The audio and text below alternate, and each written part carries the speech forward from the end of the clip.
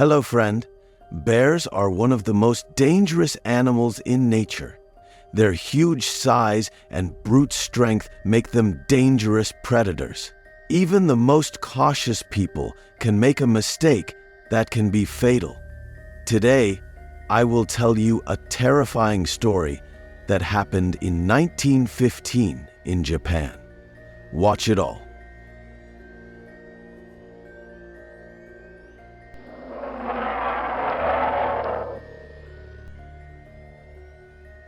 Story 1.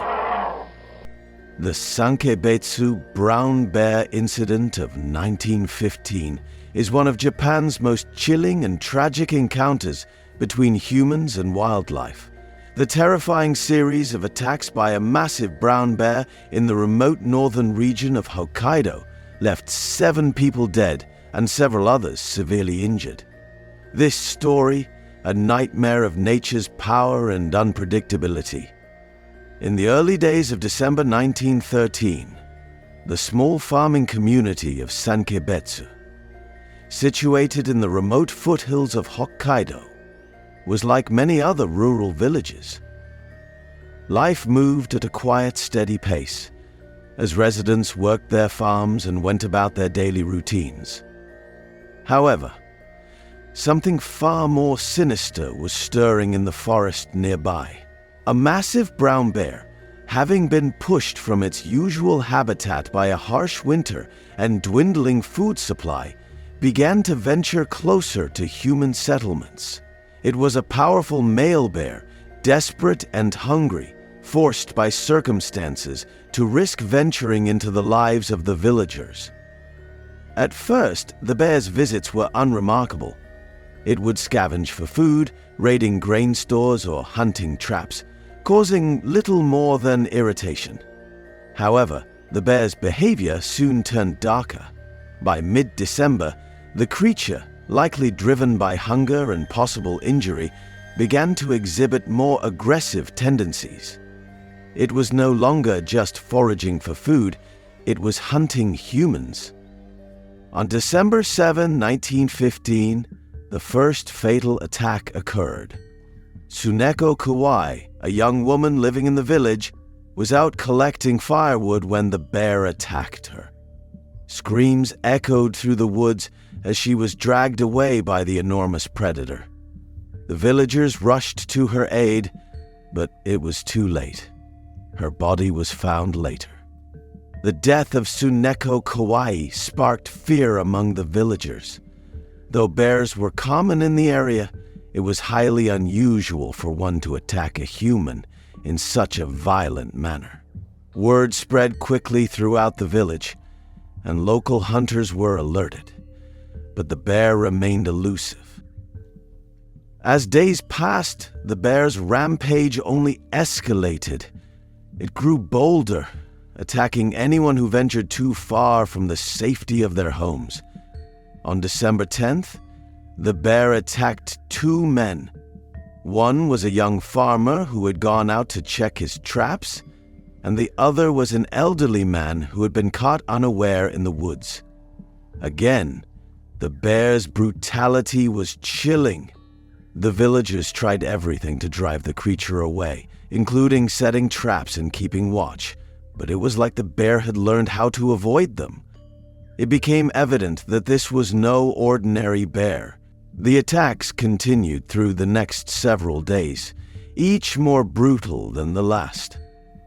The villagers, in a state of panic, barricaded themselves in their homes, terrified to venture outside. By December 14, the death toll had reached 6. Desperation set in as the people of Sankebetsu realized they were dealing with a true monster of the wilderness. By now, local hunters and even law enforcement had been alerted to the situation. A group of experienced bear hunters, led by Kumagoro Morinaga, was assembled to track down the creature. Armed with rifles and traps, they ventured deep into the mountains in search of the terrorizing bear. The villagers watched in suspense, hoping that these skilled men would put an end to the nightmare that had gripped the community. After days of searching, the bear was finally located. On December 14th, 1915, the hunters cornered the bear in a dense forest. It had been wounded during the hunt and was increasingly aggressive. Despite the danger, the hunters were determined to end the reign of terror. The bear charged, but the men stood their ground. The massive creature, measuring over 8 feet in length, was brought back to the village, its reign of terror finally at an end. The villagers were relieved, but the damage had already been done. 7 people were dead, and many others had been injured. The terror had left deep emotional scars that would haunt the village for years to come. When the bear was examined, it was discovered that it was in poor health, suffering from serious tooth decay and an infected jaw, which likely caused it to seek out easier prey. The bear's deteriorating condition might explain its increasingly violent behavior. Experts speculated that it may have been driven by extreme hunger and pain to turn to the villagers for sustenance. This incident forever changed how people in the region viewed bears. It was a painful reminder of the thin line between humans and the wild, and how quickly that line can be crossed when animals are forced into human habitats. The Sankebetsu brown bear incident became infamous in Japan, sparking fears of man-eating bears and prompting a greater awareness of the risks involved in living near wild animals. Story 2. In the fall of 2024, an unidentified hunter set out into the wilderness near Kalispell, Montana, with a sense of excitement and anticipation. The rugged terrain and towering pines of the area promised the adventure he'd been craving, as well as the opportunity to bag a big game.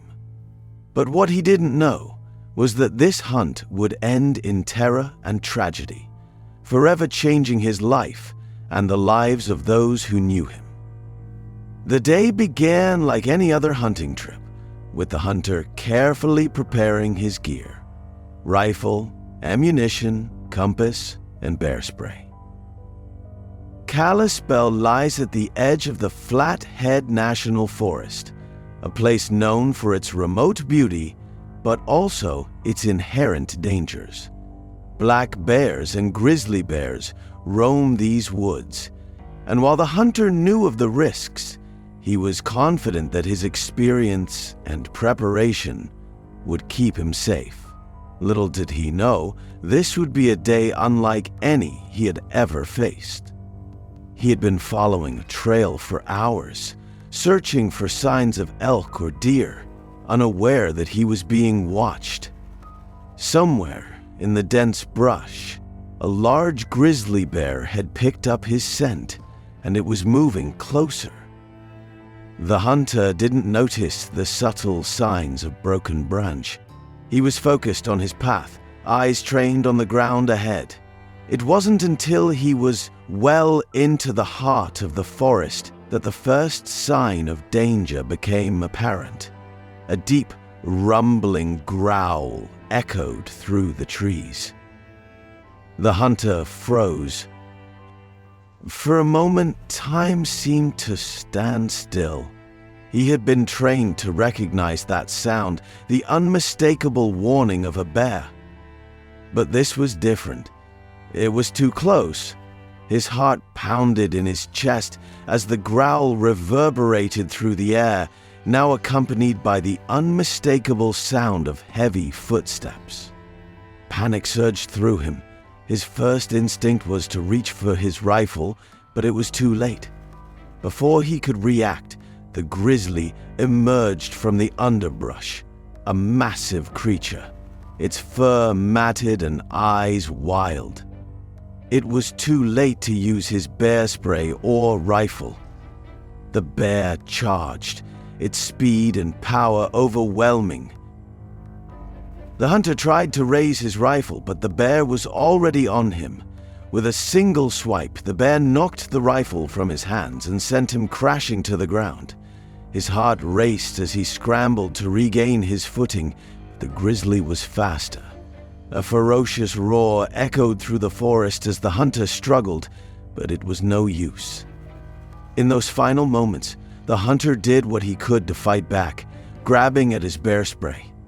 But in his panicked state, he failed to discharge it properly. The hunter's screams were drowned out by the growls of the bear as it dragged him further into the woods, unable to escape the savage onslaught. It was only hours later that another hunter, part of the same hunting group, came upon the scene. Panicking, he called for help, alerting authorities to the gruesome discovery. Search teams arrived swiftly, combing through the woods, but it wasn't until the next day that they found the hunter's remains half hidden beneath the underbrush. The grizzly bear, having satisfied his hunger, had retreated deeper into the forest. Story 3. In the vast wilderness along the Continental Divide Trail in Idaho, two hunters, Riley Hill and Braxton Myers, embarked on what was meant to be a memorable hunting trip in 2022. Nestled within the rugged, untamed beauty of the region, they were prepared to face the challenges of the backcountry, but neither could have foreseen the harrowing encounter that awaited them. An encounter that would leave one of them fighting for his life, and both forever marked by the unforgiving reality of nature. The pair had set out early in the morning, their packs heavy with provisions and hunting gear. They had encountered bears before on previous trips, but always from a safe distance, and they carried bear spray, fully aware of the risks. However, no amount of preparation can fully prepare one for the unpredictability of a grizzly bear. As the sun climbed higher, the two hunters split up to cover more ground, a common practice, but one that inherently increases vulnerability. Riley followed a trail along a wooded ridge, hoping to catch sight of an elk herd they had tracked earlier. The thick forest dampened his movements. Unbeknownst to Riley, a massive grizzly bear was in the area, likely drawn by the scent of elk or perhaps its own need to defend territory. Without warning, it charged from the underbrush, a blur of muscle and claws, closing the distance in seconds. Riley barely had time to react. He raised his arms to shield himself as the bear slammed into him. The impact knocked him to the ground. The attack was swift and ferocious, the bear's primal power overwhelming. Riley's screams echoed through the forest, reaching Braxton, who was about half a mile away. Hearing his friend's cries, Braxton immediately abandoned his position and ran toward the sound, adrenaline fueling his desperate sprint. When he arrived, the scene was chaos. The grizzly was still on top of Riley. Braxton didn't hesitate. He deployed his bear spray, aiming directly at the bear's face. The noxious cloud momentarily disoriented the animal, causing it to retreat a few steps. But the bear was not ready to leave. It hesitated, growling and pacing, as if deciding whether to attack again. Braxton continued to spray, yelling and waving his arms to appear larger, a tactic that finally convinced the bear to back off. It lumbered away into the woods, leaving a bloodied and barely conscious Riley on the ground. Braxton acted quickly, treating Riley's deep wounds, including those to her back, arms, and legs, as well as puncture wounds from the bear's massive jaws. The nearest medical help was hours away, and they knew every minute mattered. Using their satellite phone, Braxton managed to call for emergency assistance. A rescue team arrived several hours later, airlifting Riley to a hospital. Remarkably, Riley survived the ordeal, though his injuries required extensive surgeries and months of rehabilitation. The scars on his body would serve as a permanent reminder of the day he came face to face with one of nature's most fearsome predators. The attack on Riley Hill is a stark reminder of the dangers inherent in venturing into bear country. While the pair had taken precautions, such as carrying bear spray, the unexpected can always happen when dealing with wild animals. Grizzlies, particularly those in remote regions, are highly territorial and unpredictable, and even the most seasoned outdoorsmen are not immune to the risks. If you found this video helpful, don't forget to subscribe to the channel and hit the notification bell to get our latest videos on outdoor safety and wildlife. Stay safe, stay alert, and we'll see you in the next one.